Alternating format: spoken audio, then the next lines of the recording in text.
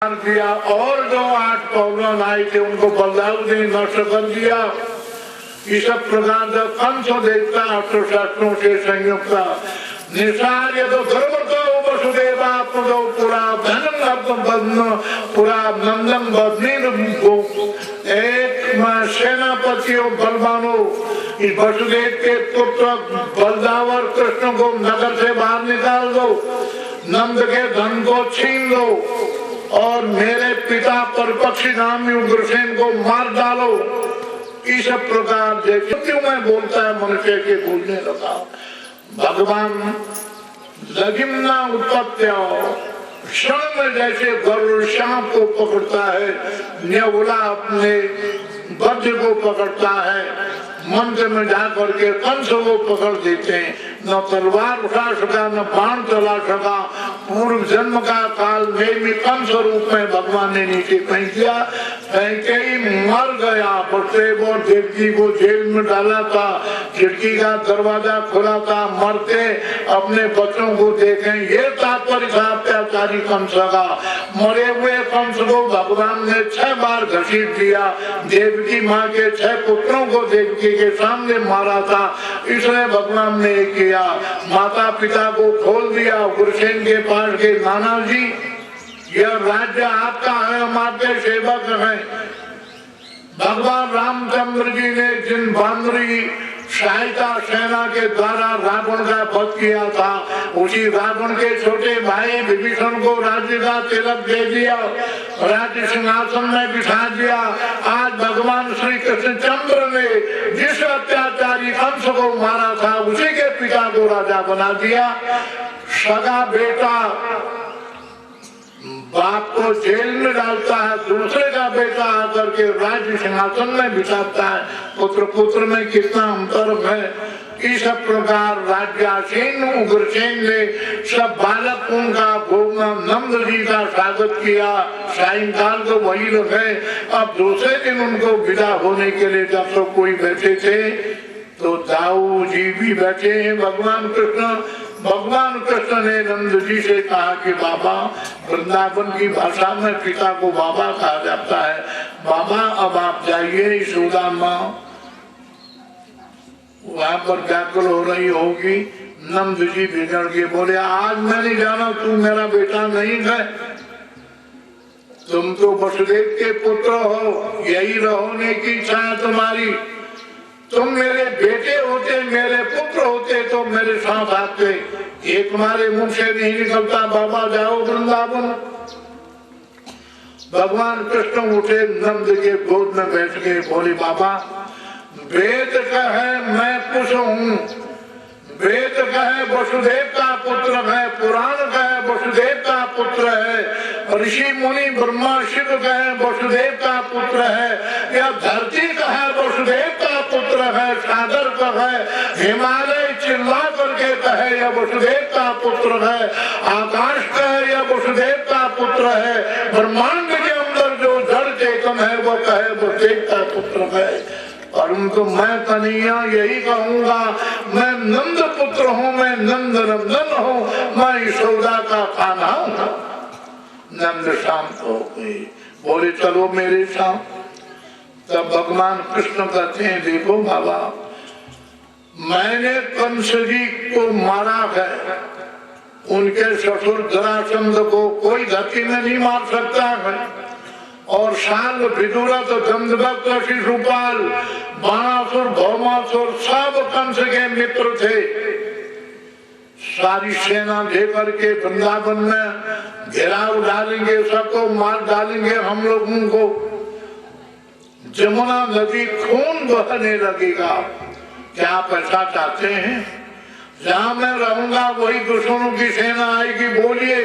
नंद बाबा ने बोला नहीं मैं ऐसा नहीं चाहता। तब भगवान कहते हैं यहाँ हमारे उग्रसेन महाराज हैं, उनका किला है, अस्त्र शस्त्र है, सेना है, यहाँ हम सुरक्षित रहेंगे। मौन हो गए, अनेक प्रकार के पुष्पाभूषण दे के विदा किया। वृंदावन पहुंचे, बाल बालों के सहित यशोदा माँ कहती है कान्हा को छिपा के लाए हो। खाना किस कमरे में छिपा के रखा? नंद जी मौन हो गए। खाना तुमको छिपने की आदत है, क्यों नहीं सामने आ रहे हो? यहाँ जाते हो वहां जाते हो, कहाँ खाना? तब नंद जी से बोलो कहाँ है वो खाना? बोले कहाँ? जहाँ जाना था चला गया। यशोदा मूर्छित हो गई। इस प्रकार से भगवान का विरह। अब यहाँ पर श्री कृष्ण ने उग्रसेन जी को रख दिया और फिर घर ऋषि आते हैं, सांडिल्य आदि गाते हैं। उपनयन संस्कार 1 मास में कुछ 20-22 दिन शेष रहते थे। उपनयन किया। काशी भेजने का नियम है।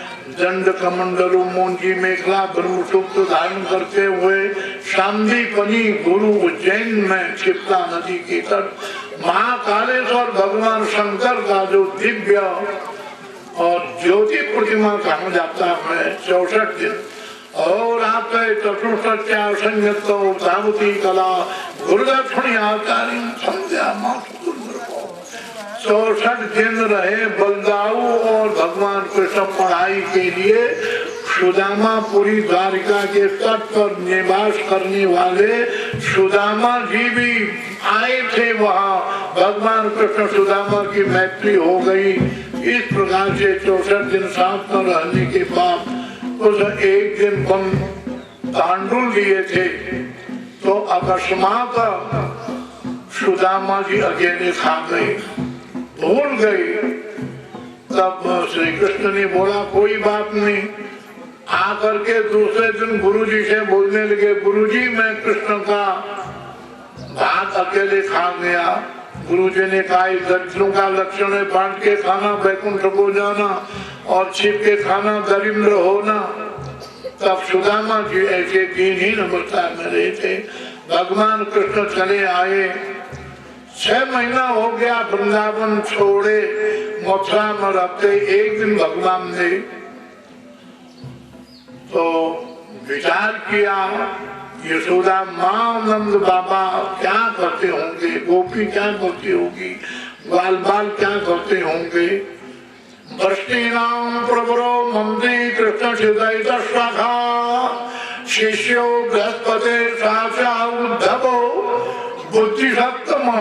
भगवान कृष्ण ने कहा द्वारपाल जाओ सबको बुला के लाओ। वो तो ऊपर ऊर्धम गच्छम दे ऊर्धमूलमत शाखम ऊर्ध भगवान का उसकी भगवान की ओर दौड़ने वाला उद्धव सखा दौड़े दौड़े आए। बोले श्याम सुंदर क्या क्या है प्रभु? भगवान कृष्ण कहते हैं उद्धव आप मुझे वृंदावन की बड़ी याद आ रही है। उद्धव जी कहते हैं क्यों न हो, हे ब्रजेश हे मथुरेश, आप वहाँ वृंदावन में पले हो, पूछे हो 11 वर्ष पर्यंत रहे, वहाँ की याद आपको आवनी चाहिए, कोई आश्चर्य की बात नहीं। भगवान कृष्ण कहते हैं नहीं भैया उद्धव, आज वहाँ की मोको बड़ी याद आव है। कहा वृंदावन में बाल बाल को संग हो, कहा राधिका जी को संग, कहा गैयान को संग, कहा गोवर्धन पर्वत को संग, अनेक प्रकार। अरे भैया उद्धव, जब मैं वृंदावन में हो तो मोको भूख लगी रहती, मैं अपनी मैया यशोदा को कहता हूँ अरे मैया मोको भूख लगी है। मैया श्यामा गैया को दूध दो के वह दूध को सुवर्ण के कटोरे में गर्म करके भर करके मेरे मुंह पर लगाए के और कहती अरे गाड़ी के कन्या तुम्हारा सबरे दूध को पी जा, नहीं तो तेरी चुटिया चौकी के रह जाएगी। मैं दूध को पी जाता हूँ, वह ब्रह्म रस। अरे भैया उद्धव, मैं मैया से पान मांगतो, मैया नहीं पतो लगाए की देती, मैं वहाँ नहीं पतो को नहीं पकड़तो नहीं खातो। मैं कहता हूँ अरे मैया मैं तो तेरे मुंह को अचबो झूठो पत्तो चबाऊंगा, परंतु मेरी मैया यशोदा मेरे को अपने मुंह को झूठो अचबो पान को पत्तो नहीं देती। मैं मैया के आंखों को पकड़ करके खींचता मैया विवश होकर के अपने मुख को अचव्यो पान को झूठो पत्तो मेरे मुख में घेर देती है। अरे भैया उद्धव जो हुआ झूठो पत्तो पान का जो स्वाद हो या मथुरा के पानन में कहाँ से आए हो। या प्रकार आनंद कंद सर्वेश्वर भगवान कृष्ण नारायण वृंदावन के कण कण जड़ चेतन के स्मरण करते हुए उद्धव के विकार को दूर करने के लिए कहते हैं जाओ अभी मैं अपना वस्त्र और रथ देता हूँ जाओ। उद्धव दृष्टि नाम प्रभुर जो बृहस्पति जी के शिष्य थे कुछ थोड़ा बहुत अहंकार भी उनमें था, इसलिए भगवान व्यास ने बुद्धि सप्तमो लिखा, भक्ति सप्तमो नहीं लिखा। भक्ति और बुद्धि में अंतर है, भक्ति और ज्ञान में अंतर है। बुद्धिमान नष्ट हो सकता है, ज्ञानवान भी नष्ट हो सकता है, विद्यावान भी नष्ट हो सकता है, परंतु भक्तिमान नष्ट नहीं होता है। आनंद कंद सर्वेश्वर भगवान कहते हैं न मे भक्त प्रणश्यति, मेरा भक्त कभी नष्ट नहीं होता है, मैं उसकी रक्षा स्वयं करता हूँ। तो वृंदावन पहुंचा, ग्वाल बाल दौड़ के आए, मार्ग में जंगल में कन्हैया आ रहा है, परंतु थोड़ी देर में देखते हैं कोई बैठा कन्हैया नहीं है। अगर हमारा सखा कृष्ण होता कूद करके रथ से उतर के हमको हृदय से लगाता, ये कोई कन्हैया का रूप बना करके आने वाला कोई दूसरा। अरे बाल बालो नंद बाबा के आनंद में जाने वाला रथ, ये मार्ग कौन है, सीधे जाएंगे।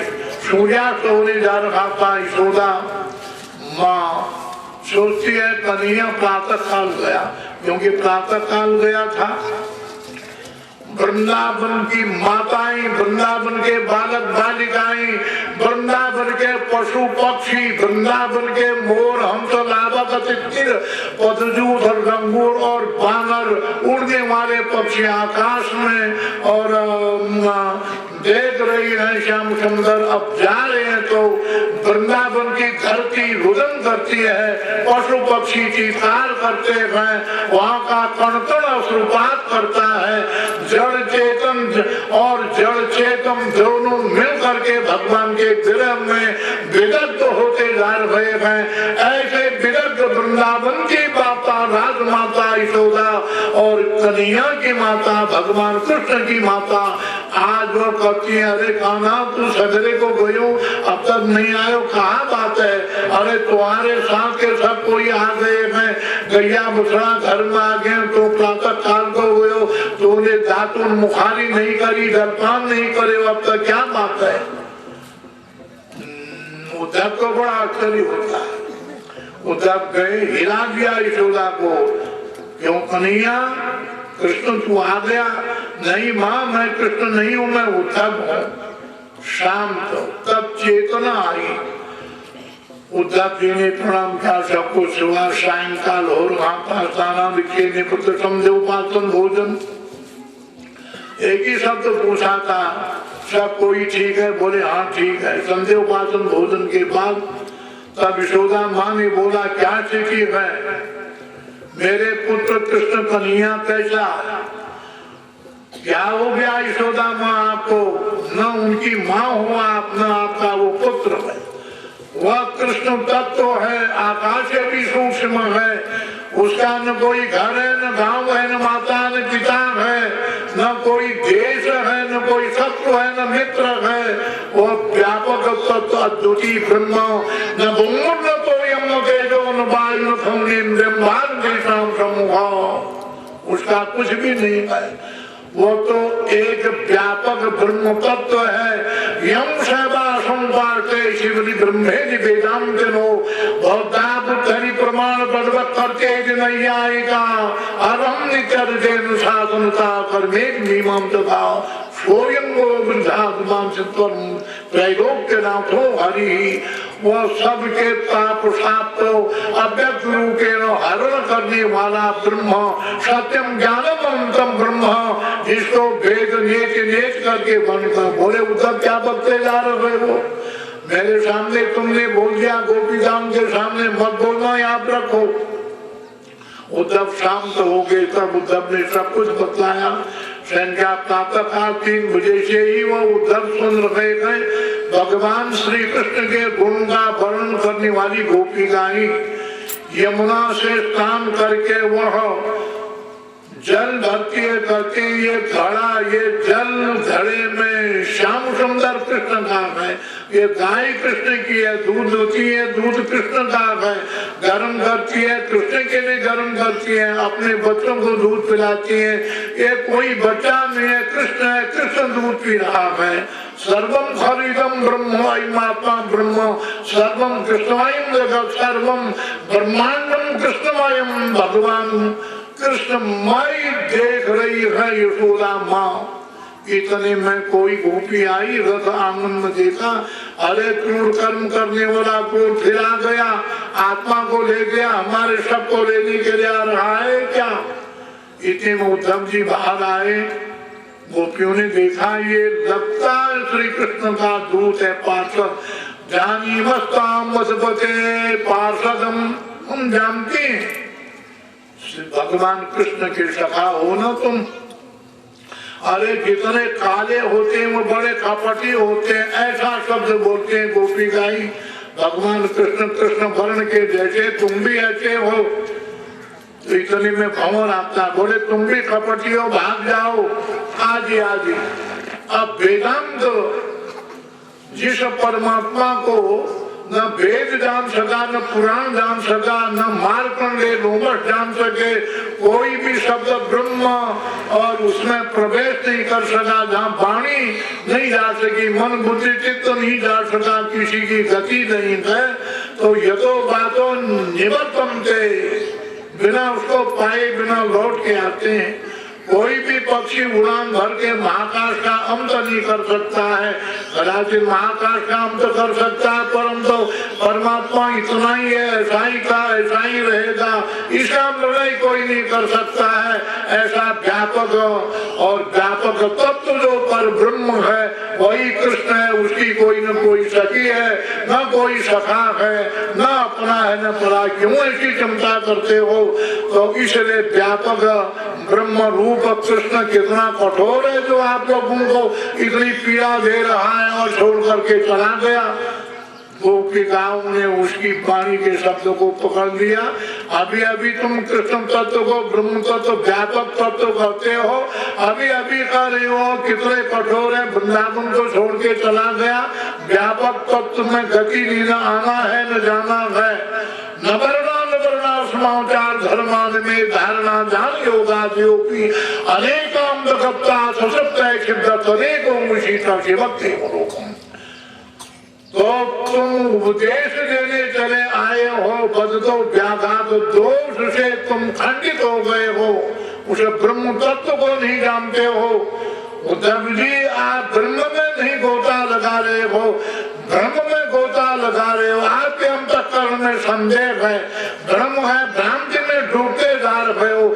इस प्रकार अहंकारी अभिमानी अनर्गल और अनावश्यक अनुचित जो और उद्धव जी का उपदेश का उसका खंडन करते हुए गोपिकाओं ने शांत कर दिया उसको। चलो जमुना के तट। उस दिन भगवती राधिका जी भी चली आई है, अंतर्यामिनी वह। उद्धव जी ने प्रणाम किया, आप राधिका जी? हाँ, रा शब्द है, धा शब्द है, और वह रा शब्द का जो धा है वही धारा बन के जमुना में चल रही है।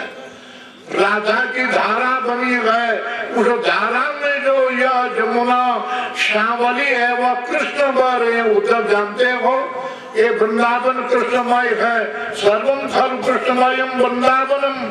देखो तो इतने में बालू के कण उद्धव जी देख रहे हैं, श्याम सुंदर आचार्य उद्धव को श्याम देखो, ये आकाश श्याम सुंदर कृष्ण है, ये जमुना कृष्ण है, ये बालू के कण कितने कोमल हैं, ये कृष्ण के लिए बिछा वृक्ष हरा है, उसके नीचे पानी बरस रहा है। उद्धव ने ऊपर देखा तो पूछते हैं उद्धव जी ये पानी कहाँ से बरस रहा है।